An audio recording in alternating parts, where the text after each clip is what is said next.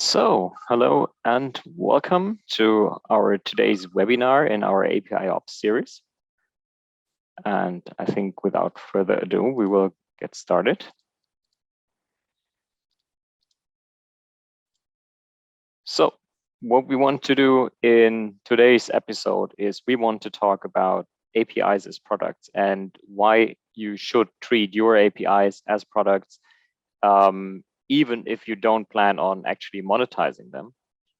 And if you're now wondering why, such an episode that's called APIs as products is part of our APIOps series, then, I have to tell you, please wait until the end, because at the end of this webinar, you will see that treating APIs as products works very, very well with the principles of APIOps. And this really gives you a lot of benefits when working with your APIs. And better position you in the marketplace.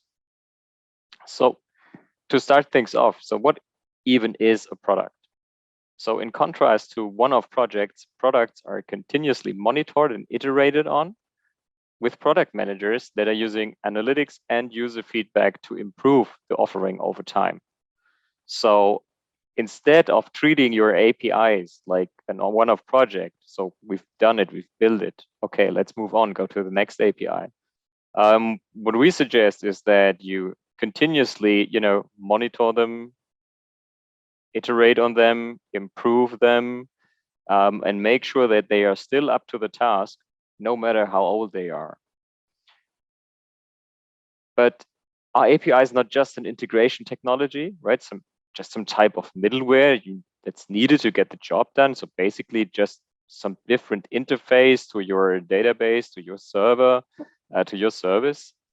Why does this benefit me, right? And why should I be even treating them like a product? Because obviously that's not what the customer buys. The customer buys whatever the backend system is doing. He's not buying the API, right? And there are two reasons for it. And the first reason we'll be looking at is APIs might not be the product themselves, but they are crucial for your product success. So for digital products, APIs are the touch point that developers interact with to create value. Okay, so if you supply weather data, if you supply traffic data or what have you, the API to access that data, that is the touch point. And that touch point is needed to make anything out of the data. So having a bad experience with these APIs, lack of good documentation, the API is not kept up to date, the documentation is not kept up to date. And basically, if the API just does not get the job done, well, that causes customers to switch to other suppliers. So the quality and productization of APIs directly affects the business outcomes. And as we will see later on, this is even true if you're not monetize it, right? So if you not sell that service, if it's an internal service. And the reason the API is crucial in this scenario is if you think about how your consumers build their applications, build their products, what they usually do is they have someone that's responsible for product management, a product manager, product owner, what have you. And this person describes an outcome, a functionality that they would like to add to their product. So I would like to be able to have a weather forecast in my Outlook calendar, for example, whatever. And you take this task and take it to the development and say, okay, let's make it work. We want to have weather here. So what the developers are going to do is they will look for a solution. Okay, where can I get the weather data? And they are the ones that evaluate all the offerings in the marketplace, and they choose the candidates or the one candidate that they present back to product management. And they're like, okay, we looked at a bunch, there are some, we didn't even get it to work. Documentation is, forget about it. So we select this one and it will cost whatever. Is it worth it? And product management says, yeah, okay, why not? So bad APIs are not even considered at all. So you might have the best weather data on the planet. You might have the most accurate traffic predictions. If your API is bad and the developers are the one choosing, well, then it is not even considered. And because of this, we can say that the product management, product owner of the customer, the guys that are capable or responsible for the business outcome of the application, they are the customer of the functionality that you provide. But the developers themselves, they are the customers of your API. And whenever you have a customer, you have a product, and you have to care for that product. And the second reason that you may want to treat your APIs as product is because doing so changes the way that you work. Okay, so now we're optimizing the way we think about APIs, the way we build these APIs, we publish these APIs, because you have to care for them, right? So they're not a one-off project anymore. It's not, okay, I'm done, it somehow works, I'm off. So you have to care for them. You have to make sure you can iterate on. So they have to be maintainable. They have to be sustainable. So just thinking about them as a product changes the way that you work with them and the way you set them up. So I think one of the most known examples of treat something as a product is basically Amazon Web Services. Even in the time when they did not sell to customers, but it was internally for Amazon, they built everything in a way so that if they decided they want to sell it tomorrow, that they could, right? So that the documentation was up to par, and so on and so on. And we all know what became Amazon Web Services. So by applying product management principles, we can create APIs that developers love, that have a high adoption, and are pleasant to work with. And as I said in my introduction, these principles also work great together with APIOps. So most of you, having joined this webinar, or you are watching the recording on YouTube, you're probably not in product management, you're probably more on the technical side of things. So let's do some product management 101, right?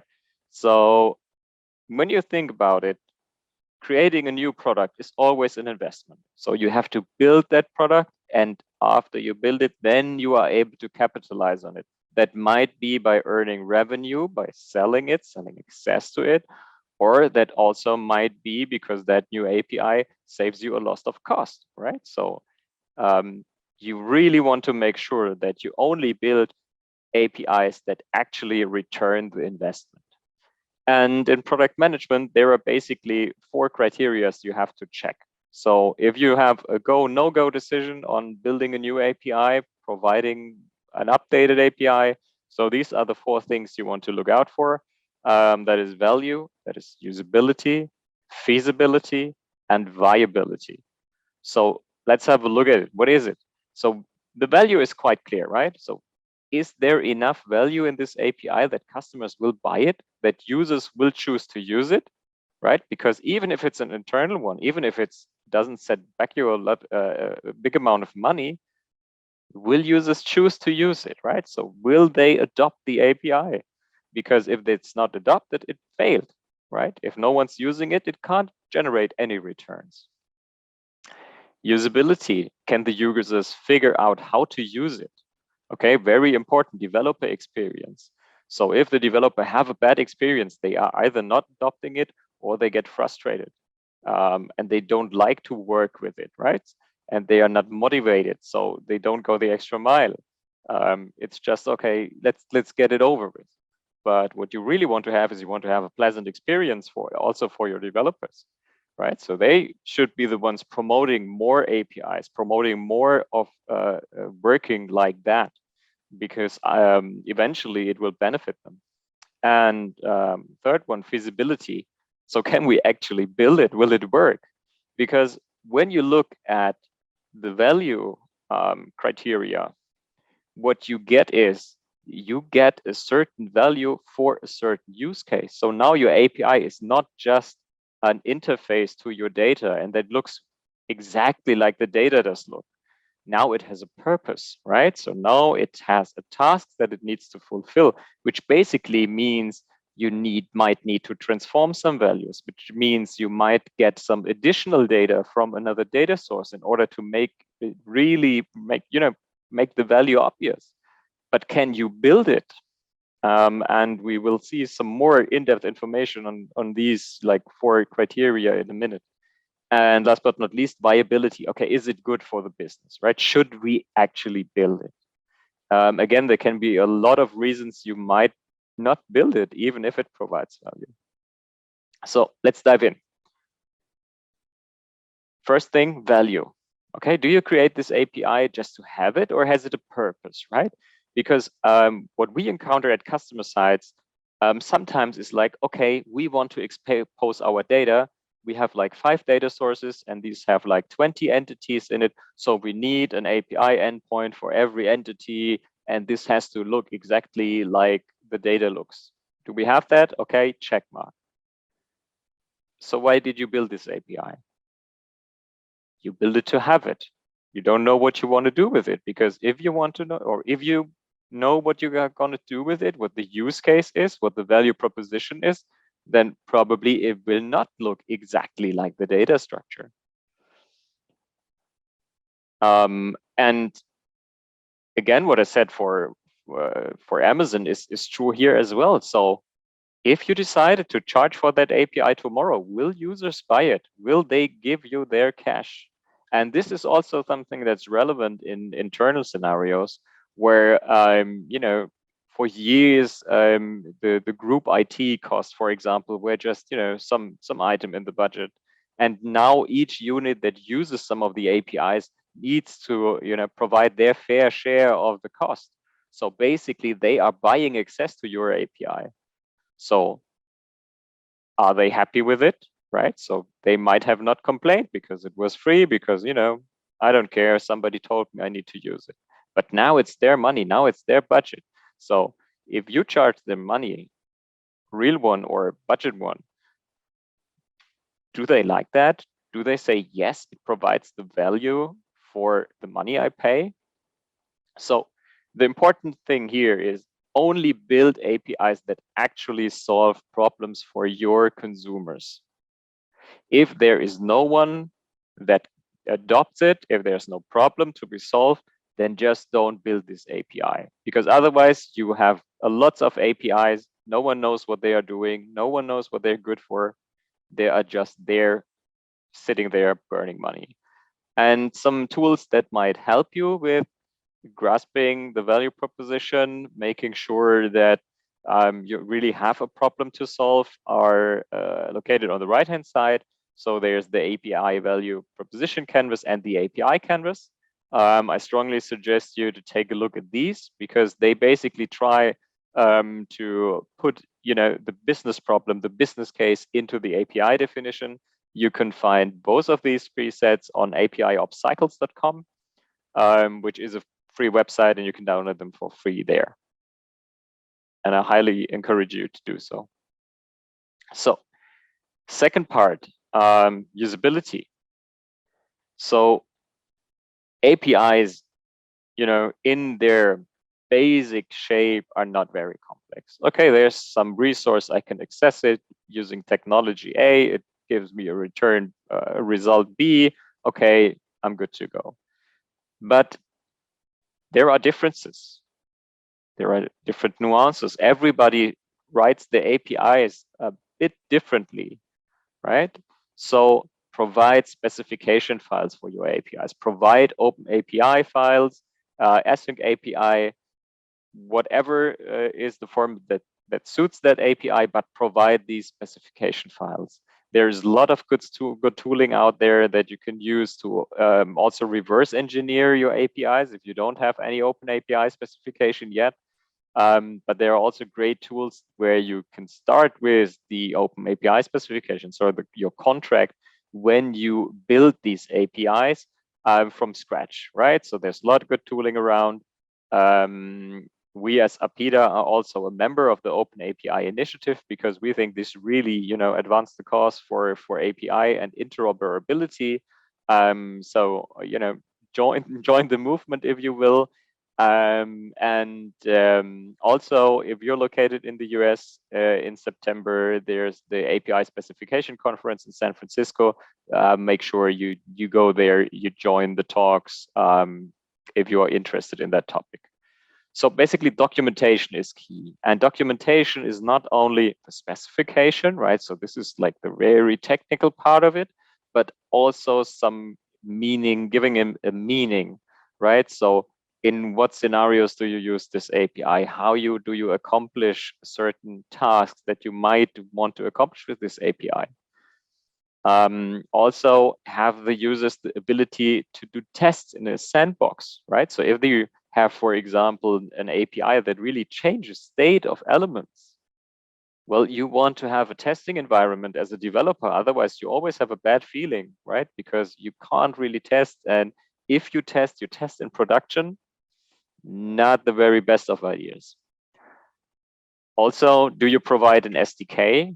If you have a good specification file, you don't need to, because there are great code generators out there that can turn a good specification into good code. However, there are it's no witchcraft, right? So if the specification is incomplete, if the specification is bad, well, the code generated is incomplete and bad. So you might want as well to look into what those code generators generate for your APIs. And if it's just not good, you might want to provide SDKs for your API, which again ease adoption. And also think about support. Again, these APIs are not a one-off thing, so you have to support them. How do you do that? Who does it? The backend guy is the responsible one. Is the API team or the integration team or platform team, however you name it, is that the one responsible? And if so, what are the SLAs? And in a nutshell, bad usability equals low adoption and many, many, many support cases. Okay, you don't want to have that. What you want to have is high adoption with as few support cases as possible. So usability is key here, and usability in the API space is good API design, a good specification, a good documentation. And if you want to learn more about good API design and how to enforce good API design, I recently did a workshop together with Gravity at the API Days Dubai. And the recording of this workshop is available on YouTube or on our website. So if you are interested in that topic, you might want to have a look at that as well. So we have feasibility next. And feasibility is always build your APIs fit for the job, right? So make sure your API can actually deliver the value that you promised. Nothing else, right? So there's no way in checking if you can do different stuff. It's just important, can I build what I promised? And again, do not just mirror what's on the back end, okay? Because now your API has a purpose. It is opinionated about the use case it's trying to solve, because what you do is like, this is your idea or the idea of the API developers, how to best solve that problem. And the cool thing about APIs is they're no physical product. So we can have as many as we want. So maybe you have a slightly different problem, and you can opt for two things. You can opt for a general purpose API that is very closely to the data structure and let everyone cherry pick what they need and what they do with it and how they interpret it. Or you might create two opinionated APIs, one for that one task, one for the other task. Okay, this is what I would encourage you to do, because again, less support cases, because you give them fewer options. That's your problem, that's your solution. Also check, do you even have the data to make it work? So somebody has a very cool idea, and then we provide an API, and our customer service app then can tap here and get this data and get this data, and the customer is able to do almost anything within our app. So we need that API for it. But can you actually extract the data? Can you do it in a performant way? Because there's no need in building something that's so slow that nobody's using it. And also, do you have the right platform? So if you're running an API platform that only can, for example, work with asynchronous APIs like REST and SOAP, and now you require an API, an event-based one, an asynchronous one, okay, can you build that with your platform? Do you need a second platform, or do you need to switch platforms? Give that a go as well. If you are unsure, about any of that points, just create a quick MVP. It doesn't need to be full featured. It doesn't have to have all the error checking for input parameters and stuff like that. But just make sure that you are capable of delivering what you are promising with the value criteria. And the last one, viability. Does this API really create value for you as a business, for your organization as a business? Does it make sense to build that? Do we earn more money? Do we have less cost? Can we fulfill our orders faster with it? And does it align with our corporate vision and strategy? So if your corporate vision is to make healthcare better, it doesn't make any sense to create APIs that do something else than healthcare.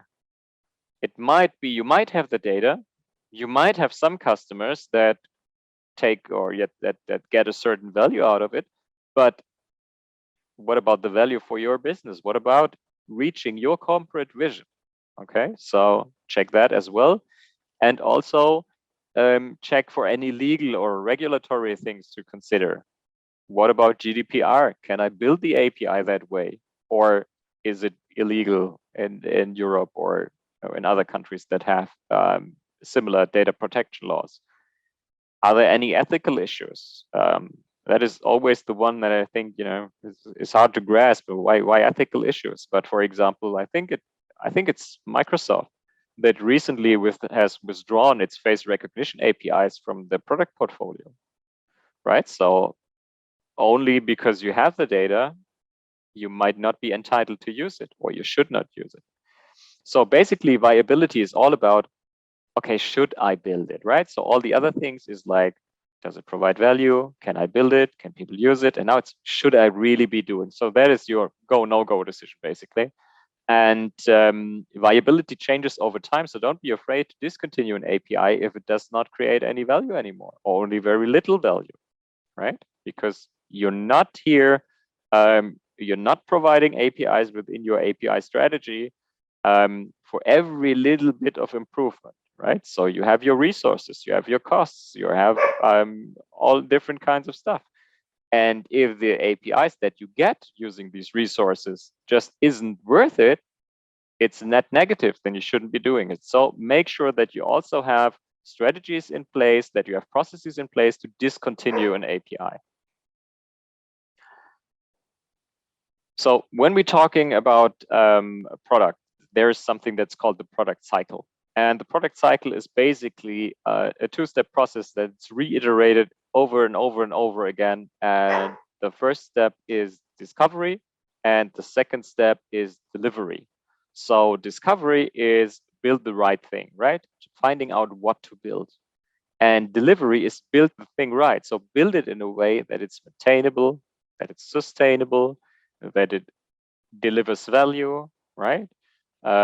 So these two things, they either run in parallel or one after the other in an endless cycle. So you're never finished, okay? Again, products are not a one-off thing. They are never complete. No matter how hard you try, no matter how confident you are that you don't need any changes, you always have to support your product for as long as it lives, okay? If a product is finished, that basically means it's end of life and it's not available anymore. So let's look at the product discovery step. So what you want to do here is you want to continuously improve the offering, right? So your API should just get better and better and better and better. It should be easier to adopt. It should be faster. Customer value generated should be even higher. And the way you want to do this is, of course, you need monitoring and analytics. So you need to know, how is it called? From what applications is it called? How fast is the response time? Are there, times of the day, for example, where the response time goes down because either the backend service has too much load or it's just too much load on the API. So you want to know all of that. And what you also want to know is you want to have an insight into the API. So what endpoints are actually used and which ones are not. So second thing you want to do is gather user feedback. So talk to the people using your API. Talk to them what you can do better, what they think is great, because you also can build on your strengths, right? So, hey, we talk to the guys, they are using this API, and say, okay, they love it because of X, Y, Z. And now you can put that knowledge to use with your other APIs, for example. And of course, you always have to take care of changed environments, right? So in case, the world doesn't stand still. So why should your API? You might have an update on the backend system that allows you, gives you more capabilities, different way of doing things that's faster. Maybe, again, legal issues where you're like, okay, I'm not allowed to do that anymore. We have to change that. So that is part of discovery as well, because while we propose you look at API as a product, it actually is some kind of middleware. It's some means for data transportation, which basically means that you have like some consumer on the left, some publisher on the right, and the API in the middle. And if anybody of these two or anything left and right changes, you have to adapt as well. So when you had the product discovery nailed, what you want to nail as well is product delivery. And you want to deliver your APIs in consistently and in high quality. And if you attended last week when we did the introduction to APIOps, you recognize this slide, because this basically are the ingredients that you can do a great product delivery in the API space. So you want to have automated builds, right? So you want to have automated testing with a testing suite that is as complete as possible, right? You want to have continuous integration. So you don't want changes to be, buffered up until the last minute, and then everybody puts his changes into, and it's a big mess basically, right? So you want to have continuous delivery. Small changes should go into production as fast as possible. There's no need for, when you fix a small error, for example, there's no need to wait for your quarterly release window. Get it out of the door now as fast as possible. Every day this bug is fixed earlier is a day you create more value for your customers and for your business. Also, infrastructure as code, APIs as code. This is especially important because only if you have your APIs as code, that means you can really leverage all the automations, because the automation tools and your Git repository, your CI/CD pipeline, what have you, these are all built around code, and they can handle code really, really efficiently, and they do a great job. And then there's no need to reinvent the wheel because all of these tools are already there, but you have to put them to use by getting your APIs as code. And last but not least, collaboration and communication. Well, that is one of the cornerstones, both in thinking of things as product and product management, as well as in agile development, right? So you don't want to have silos. You don't want to have that situation where you have bottlenecks, where we have a lot of handoffs.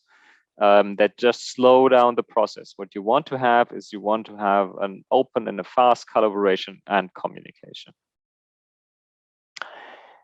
So in a nutshell, the product cycle and APIOps, why does it work together so well?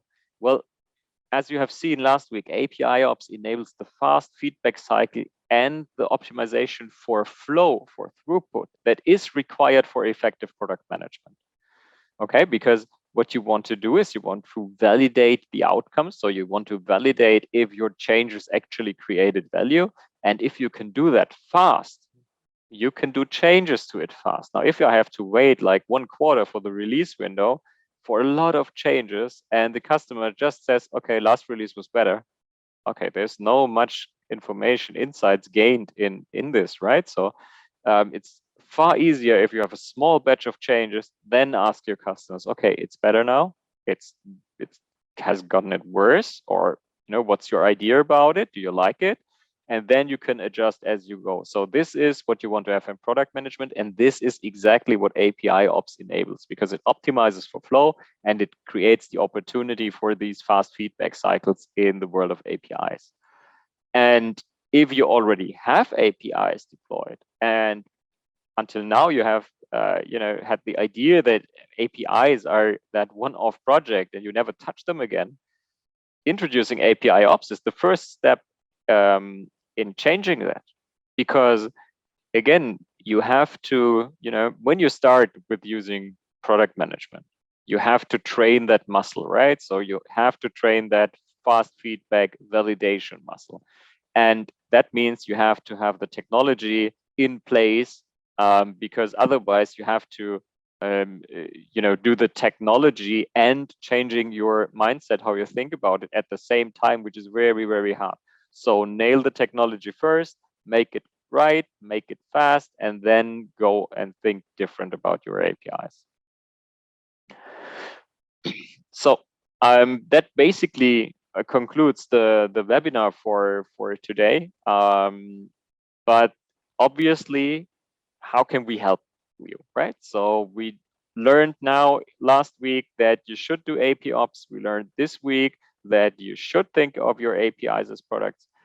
But every start is hard, right? And what we can offer you is our solution engineering team that consists of some of the best guys in the industry. We did that a lot of time, and we are the experts when it comes to API management, especially, and the mindset around it. So if you need some workshops there to further deepen the topic, if you need some health checks, like, okay, how does my solution look like now, how mature is my API management, what can I improve in my API management, if you need some analysis on your architectural issues or whatever. And also, if you're on your way to introduce APIOps or to introduce API as products, then also we can act as a change manager, because most of the time it's easier if you have someone from the outside that gives you suggestions on what to try, than to be the one within your company trying to convince everybody else that that's a good idea. And of course, we have our Obsidian platform. So Obsidian is our API platform that allows for a unified management of APIs across multiple runtimes. So if you remember where we were talking about feasibility, and I said, okay, does your platform support that? Does your API runtime support that? So if you deploy Obsidian, that is actually a non-issue, because if it does not, you can just add a second runtime, for example, especially, or exclusively for your asynchronous API, and bring it all together within our Obsidian platform. So you still have one place to manage all your APIs, to manage the whole life cycle of your APIs. Just the execution is performed on different runtimes. And also to have that usability that we talked about, right? To make sure that your documentation is complete, that it's nice to use, that the APIs or all of your APIs that you publish look and behave similar. There's no more thing or no more confusing thing than two APIs from the same company that behave completely different, right? So there's also in development, there's a principle for that. It's the principle of least astonishment. So you expect, right? So as a developer, you expect, okay, I have this API from APIIDA and the second API. So I know how to do authentication there. I know how to get details for an entity there. No problem. I can do it in no time. And then you go there and you try it and say, whoa, it's completely different. I have completely different authentication. And this can happen if you do not enforce style guides or guidelines for your APIs in your organization, and our Obsidian platform can do that automatically for you. It can also act as a quality gate, so bad APIs are not even published, even if you try. It just said, no way. And what you also have is like, it's a low maintenance platform, so you don't need to treat it like a regular API infrastructure component where you have a dedicated team only for that platform. So this is where we can help you. And what is next on this webinar is we have next week, I think, no, next week on the 26th, we talk about how you can simplify your life, and we talk about API deployments and migrations, basically getting things from stage to stage without breaking and with a great flow. Again, APIOps optimized for flow. And as you can see, here are the other topics. All of the webinars take place at the same time. It did today and last week. And you have to register using our website, or we also post it on LinkedIn, etc. So that's for the webinar today. I'd be around a few minutes. If there are questions, you can just put them in the chat, or you can, also contact me using LinkedIn or Twitter. So yeah, thank you for you being here today, and see you next time.